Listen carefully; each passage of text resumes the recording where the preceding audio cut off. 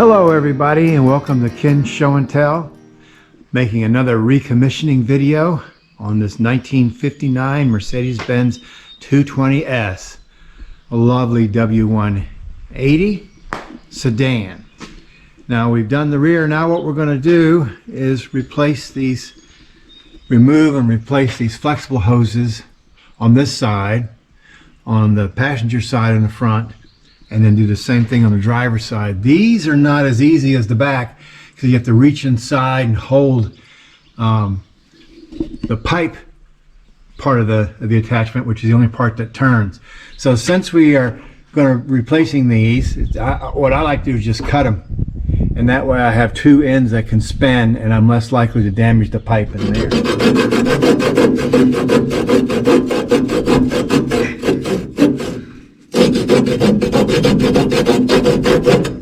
Okay, now I can just spin this out and spin that out. I'll put a little more PB Blaster on here and we'll go ahead and take care of that.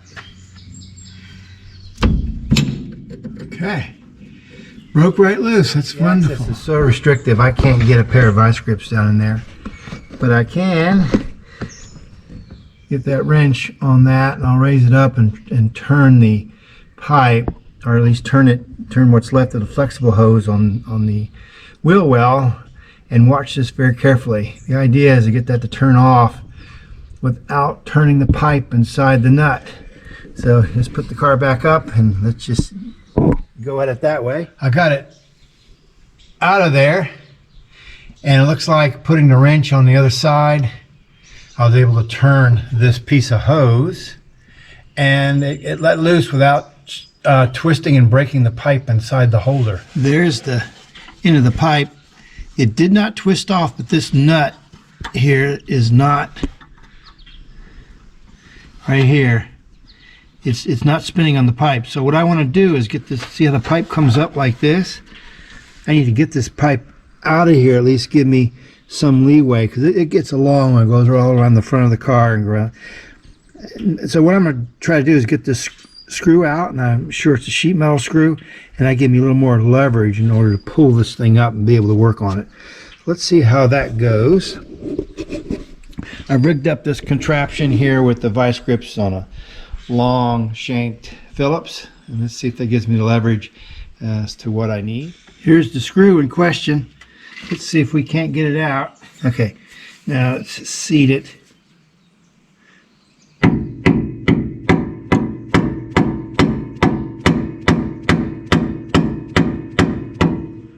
Okay, gently try to turn it. It's coming. Fantastic. Okay, there it is. Wow, I thought it would be a real pain. All right, I can just spin that out of the way. Oh yeah, I think this is going to give me some more leeway. At least I can pull this right here up to where I can work on it. Whoops, that fell off. So this is, I need to get this to turn. All right, let me see if I can jockey things up here. Boy, I hate to do this in the car, but here we go. Let me turn this flame down as little as I can. All right, here we go. Make this quick.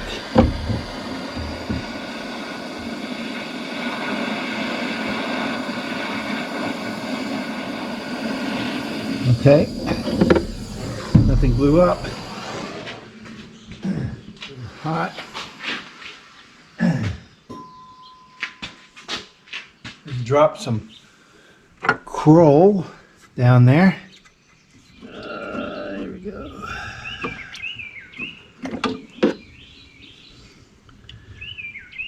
Okay. Let's see what we've got now.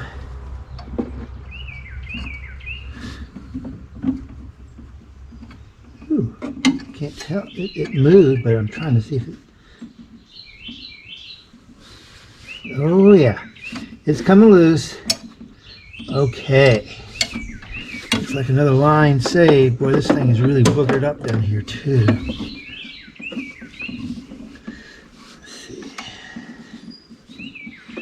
Let's see. see this. This is another one of those little victories. We saved this line here, and this thing turns. Get this wrench on it. Someone had really boogered this thing up. Hadn't taken the time that we have had with it. Yeah.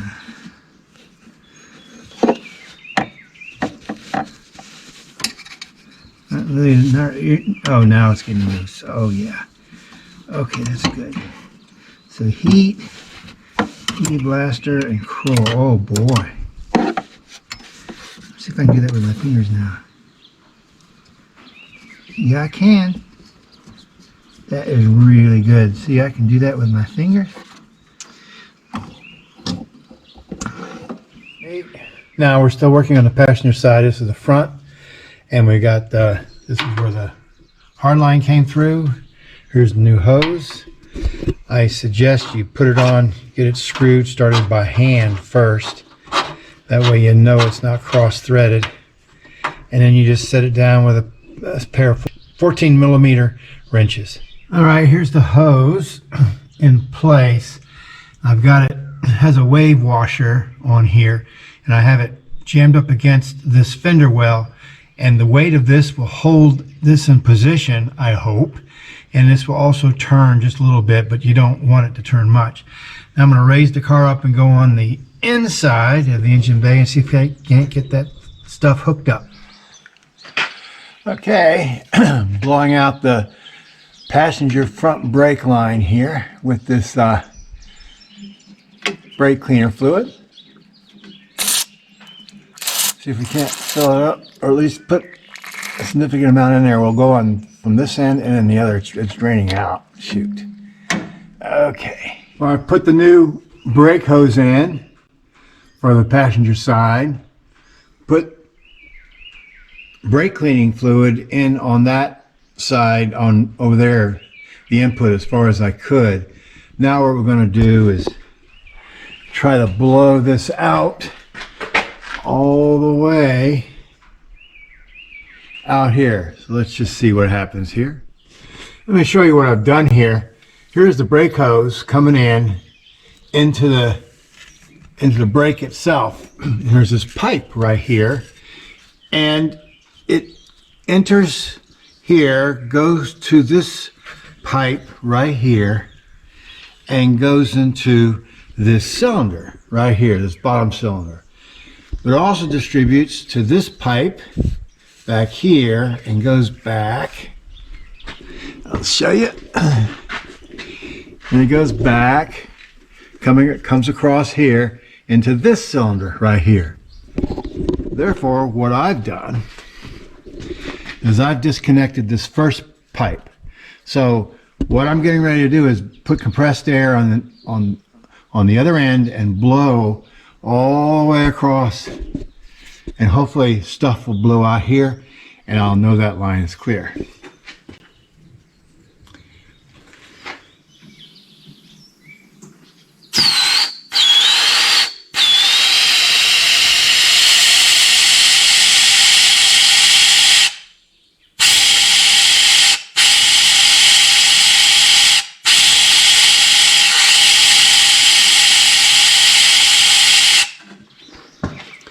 Very good. To remove this line here. All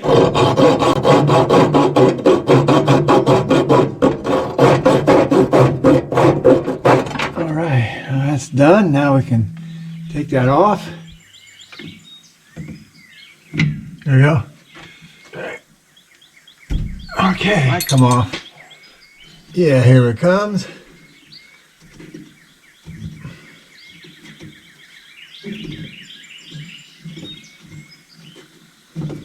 That makes it easier to get the other end off.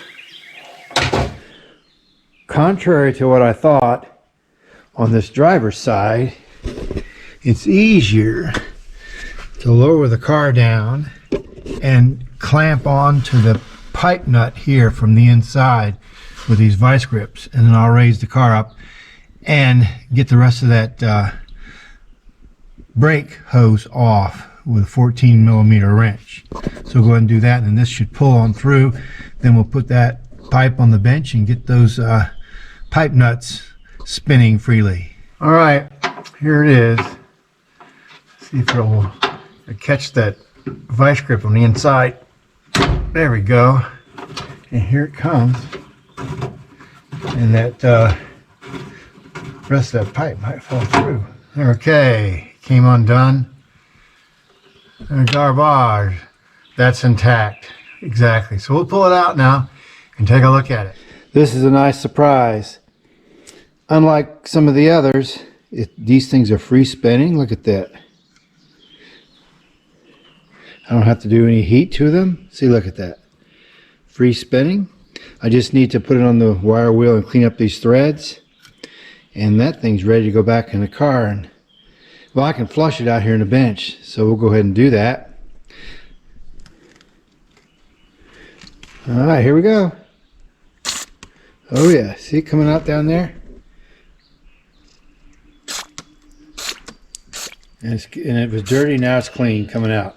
All right, that thing's ready to go. We just need to clean up these threads, and that'd be easy to do, and put it back in the car along with the new pipe, which is not so easy to do. See how beautiful that is? And that's the wheel side. Here's the fender side. Nice. Okay.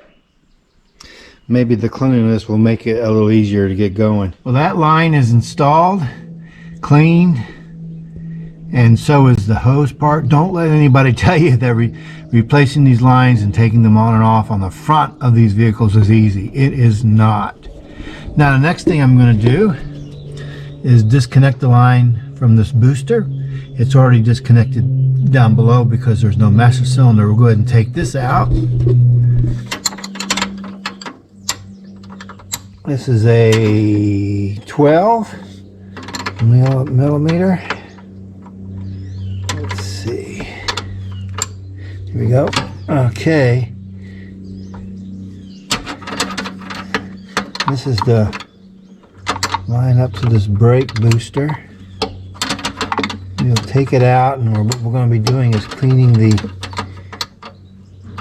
inside of the line as best we can. Well, this line's good news. It was easy to get out, and this spins. It just needs to be cleaned up right here. Makes it easier to get on without breaking the line. And the other end is good too. Yeah, it's good. It's good too. So let's flush this thing out. Let's just see how well it does. Let's see. Okay, it's in there.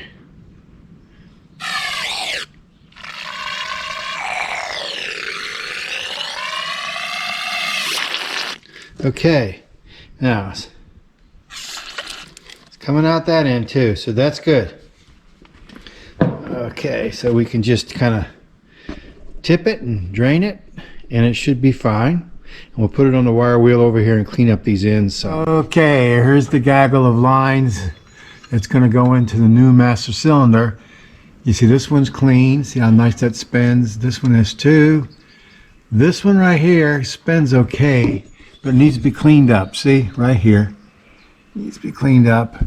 This one spins fine. This one needs to be cleaned up too. It spins better, but it just needs to be cleaned up. So we'll go ahead and do that now. And then I believe we're pretty close to getting ready to install the new master cylinder. All right, this is getting exciting.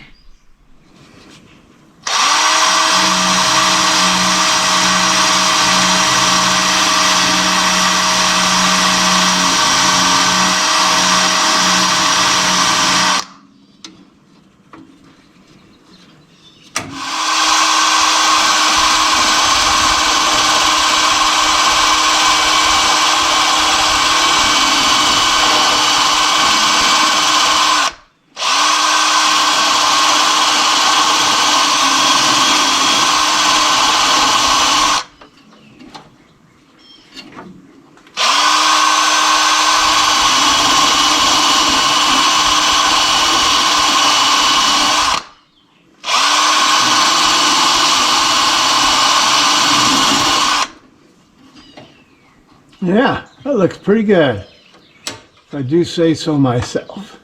I thought you might find this interesting. This old brush I just used, made in Germany. Haha. Doesn't say West Germany, it says Germany. So this is pretty old and it still works pretty good. Now for the main attraction. Old, new. ATE. Right here is what it says. Here's the part number right here. MO30224. This is long since been, it's long gone. That's etched. New rubber, new plunger.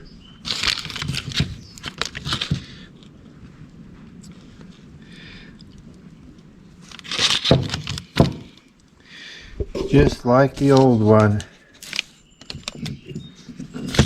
Okay, I'm going to keep this old one, and at some point I may see if I can rebuild it. You never know. Because outside, you know, it looks really old and probably original, but that inside, look at that circlip right here. That looks fairly new. But let's go see about putting this thing on the car.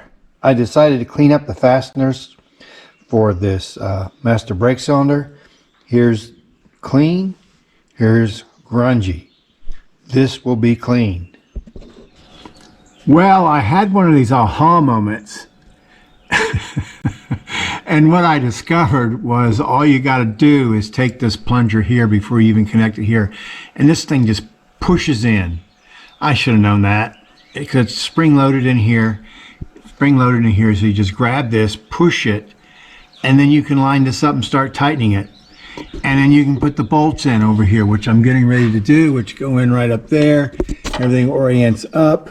This slot right here is for you to turn it and put this put the bleeder through. There's the bleeder right up there, see? Anyway, live and learn. Again, I'm no mechanic. I'm just learning as I go. After several bungling attempts, I got the new ATE master cylinder in place. Plus, I was able to take this spring. If you remember, the hook had been removed from the spring and I put it back in. It's nice and taut. And all of the connectors are back in place on this new thing. They're all clean, spun on, and tight. Very good. Now, well, another thing I had to do was I had to take this, and I'll show you from the top. I had to take this line here. Let me show you this one right here, which feeds from the reservoir down into the master brake cylinder, and it was bent in such a convoluted way it didn't make any sense to me in terms of the route. So I had to carefully bend that thing back in place, and there it is. So I have to now put the reservoir back on. So let's do that next. Before I show you the reservoir line, this right here was a big bugaboo. This line going up from the master brake cylinder into this ATE booster. This right here, this thing was not routed in a way that made a lot of sense to me. It was rubbing up against the gear shift down here and the parking brake cable right here, and it just didn't make any sense to me. So I took the extra time and effort to bend and route this to a more reasonable way, and I think it will be much better now. That took a long time doing that without the proper tools, but I was able to do it carefully and by eye, and there it is. So now let's turn our attention to what's supposed to go in here. And here it is, the master brake reservoir. It's got black overspray on it. I'm going to see if I can clean that off and see how good we can do. I'm also, as I'm going through, and I've only just begun this, I've been replacing the so-called cheese grater type of worm fasteners with these non-cheese grater types because they don't go all the way through. They're just a worm gear operation, but the side that touches the hose is smooth, so it's less likely to cut into the hose.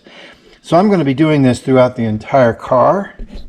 To begin the process, and once I get into it, I went ahead and just bought this little kit that will enable me to kind of do it. Cleaned up very nicely with a soft brush and an acetone bath. It is an ATE, and it's cleaned up. I cleaned up the inside too, got all the paint off of it, and so it's ready to go back in the car. The screen is now clean too. It had some rust particles in there, which is interesting given that that's plastic, but nevertheless that's clean. And the vented cap is also very clean. All right, now the acetone of course evaporates very quickly, so I can go ahead and just kind of reassemble this back on the car and use this worm type but non-cheese grater type style of hose clamp.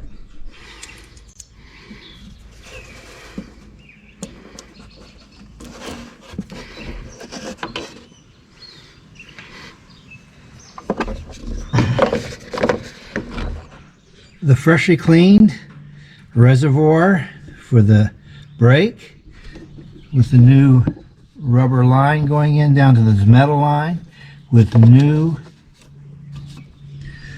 worm gear hose clamps, but without the cheese grater sort of arrangement. See, I've just replaced these two up here. I don't know if you noticed them in the previous frames, but see how much better these look? 12 to 20 millimeter in size. And I've got a whole set that you saw, different sizes, and I think that looks so much better. And I've got it arranged better too, because this was turned around like that, which interfered with here. This turned around like that, so now they're tucked away. And I will go through the entire car and do stuff like that, like those down there need to be replaced.